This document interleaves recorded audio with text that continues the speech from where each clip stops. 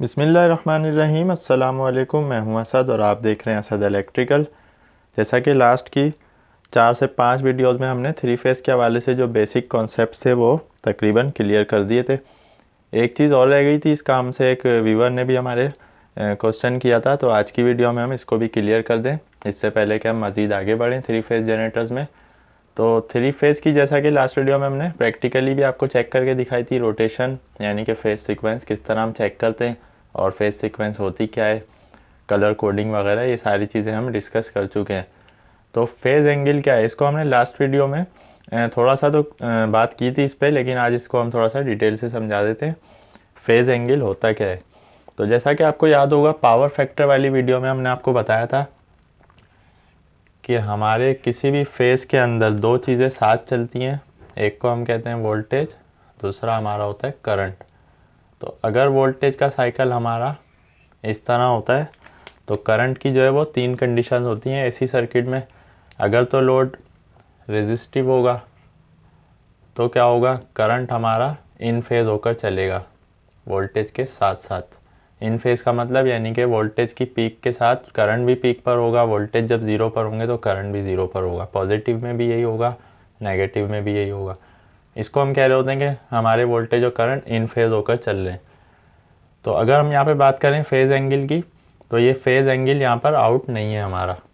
दूसरा हमारा केस होता है इंडक्टिव लोड और तीसरा हमारा होता है कैपेसिटिव लोड। इस पर हम ऑलरेडी बात कर चुके हैं, सिर्फ फेज़ एंगल की तरफ आ रहे हैं 3 फेज़ में फेज़ एंगल का क्या रोल है।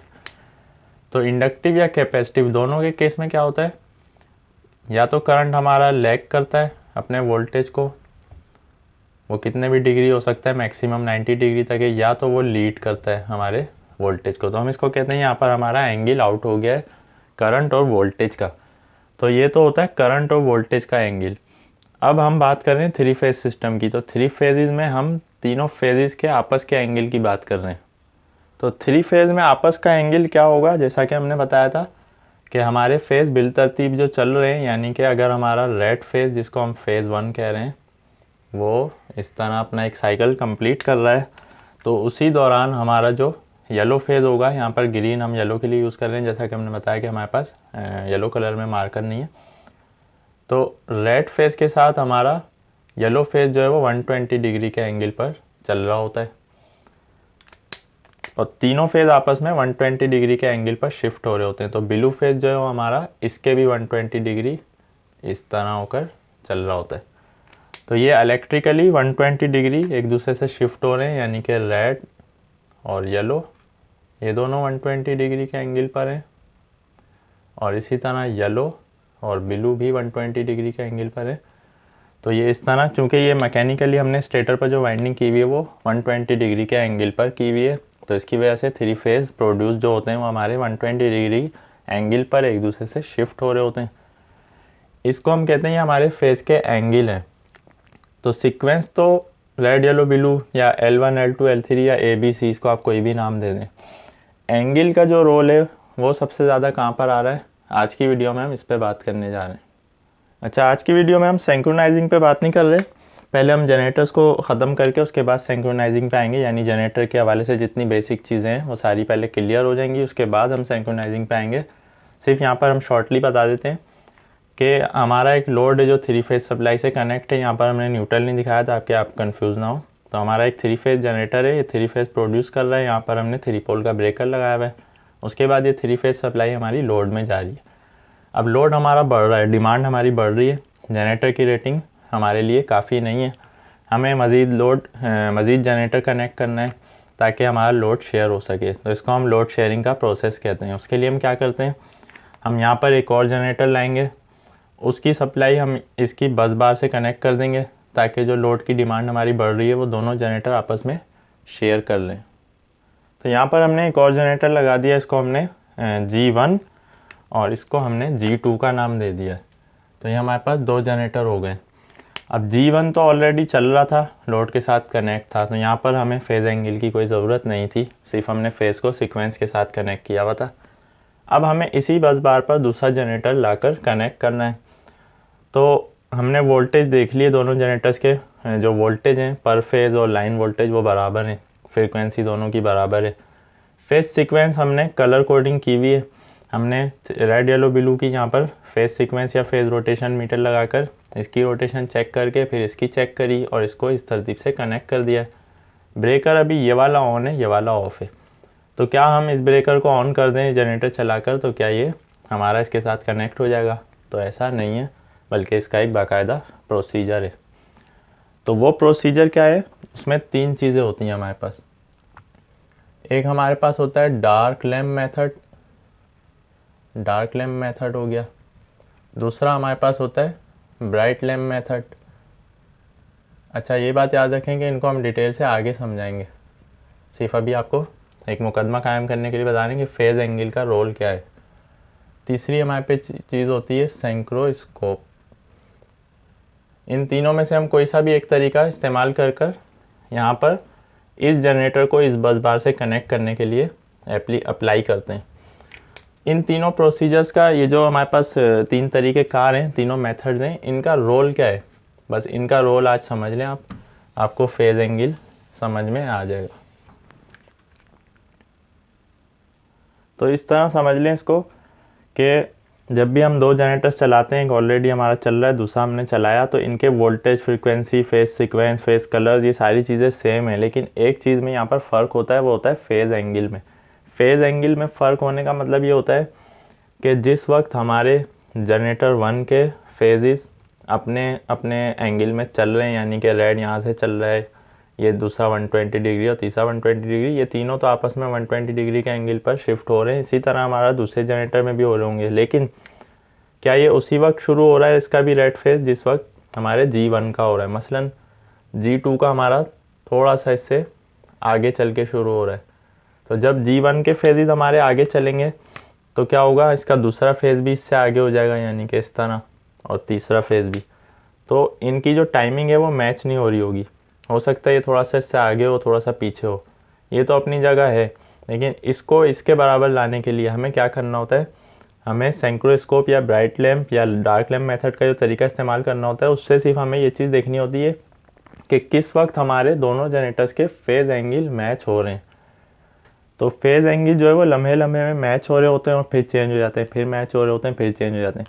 तो जब तक ये दोनों इन फेज़ नहीं हो जाएंगे, इसको हम कहेंगे कि हमारे दोनों जनरेटर के जो वोल्टेज हैं वो फेज़ टू फेज़ ना हो जाए। इस चीज़ को हम फेज़र डायग्राम से मज़ीद क्लियर कर देते हैं।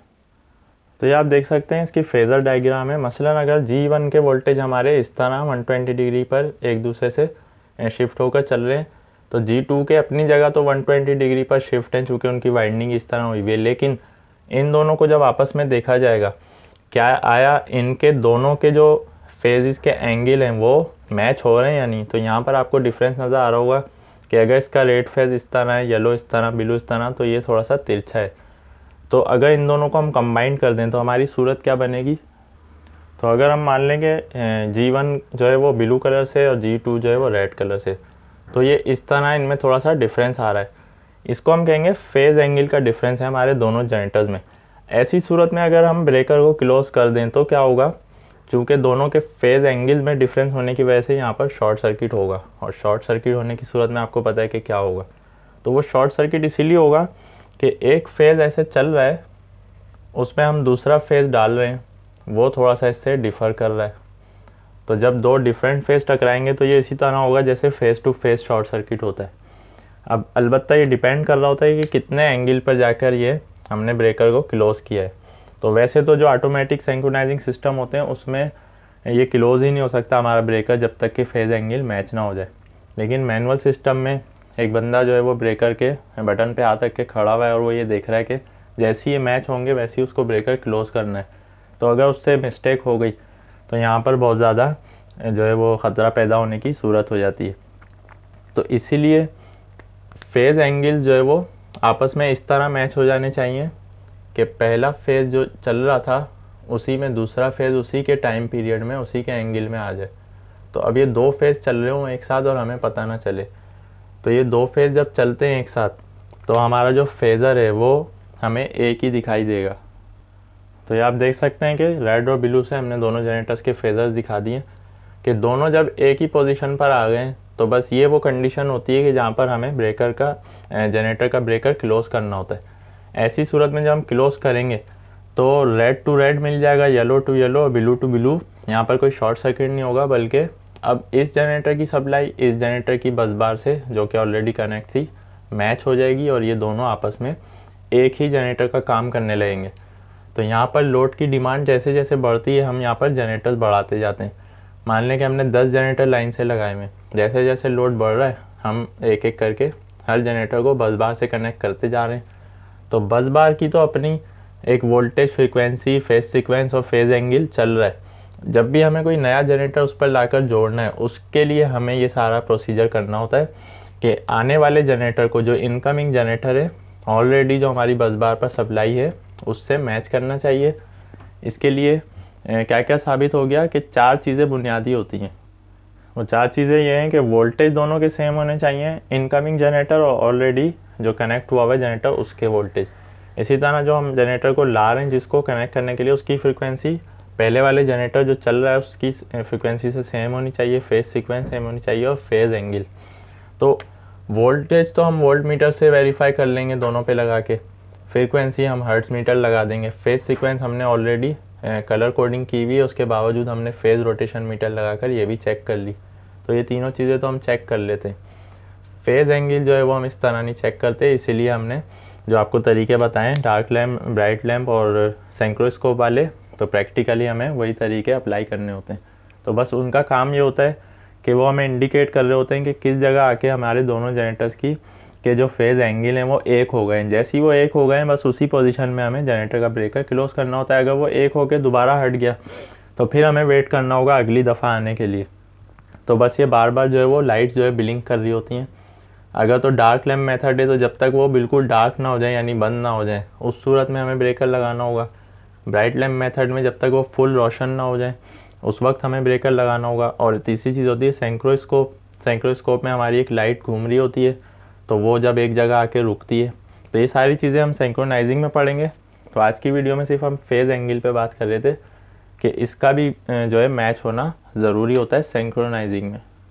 तो आज की वीडियो का खुलासा ये हो गया कि हमारा पहले से चलने वाला जनरेटर G1 और बाद में आने वाला जनरेटर G2, इनके जब फेज़ एंगल सेम हो जाएंगे तो इसका मतलब ये होगा कि जब ये 0 पर है तो ये भी 0 पर है, जब ये पीक पर जा रहा है तो हमारा फेज़ 1 भी पीक पर होगा, जब इसका फेज़ 2 हमारा पीक पर जाएगा तो हमारे आने वाले जनरेटर का फेज़ 2 भी पीक पर होगा, और जब इसका फेज़ 3 पीक पर जाएगा तो हमारे आने वाले जनरेटर का फेज़ 3 भी पीक पर होगा। तो इसको हम कहेंगे कि इनका मैग्नीट्यूड यानी कि इनका जो टाइम है, दोनों का जो वेव फॉर्म बनने का टाइम है वो सेम हो गया है। तो ये मुस्तकिल सेम नहीं रहता बल्कि ये लम्हे लम्हे में चेंज हो रहा होता है। तो बस हमें वो पोजीशन देखनी होती है कि जैसे ये सेम हो जाए हमें उसी वक्त ब्रेकर को क्लोज करना है।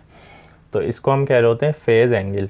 तो ये तीनों फेजेस का आपस में, एक तो फेज़ एंगल है जो 120 डिग्री है, और ये 2 या 2 से ज़्यादा जनरेटर्स का फेज़ एंगल होता है कि जिसको हम इस तरह चेक करते हैं, और एक फेज़ एंगल वो होता है जो वोल्टेज और करंट का होता है। तो इसमें आपको कंफ्यूज होने की ज़रूरत नहीं है, फेज़ एंगल को डिफरेंट तरीके से डिफ़ाइन किया जा सकता है। तो उम्मीद है कि आज की वीडियो में आपको काफ़ी चीज़ों का जवाब मिल गया होगा। फिर भी आपका कोई क्वेश्चन है तो आप कमेंट्स में ज़रूर पूछ सकते हैं। वीडियो पसंद आने की सूरत में लाइक करें। आज के लिए इतना ही, नेक्स्ट वीडियो तक के लिए इजाज़त दीजिए। अल्लाह हाफिज़।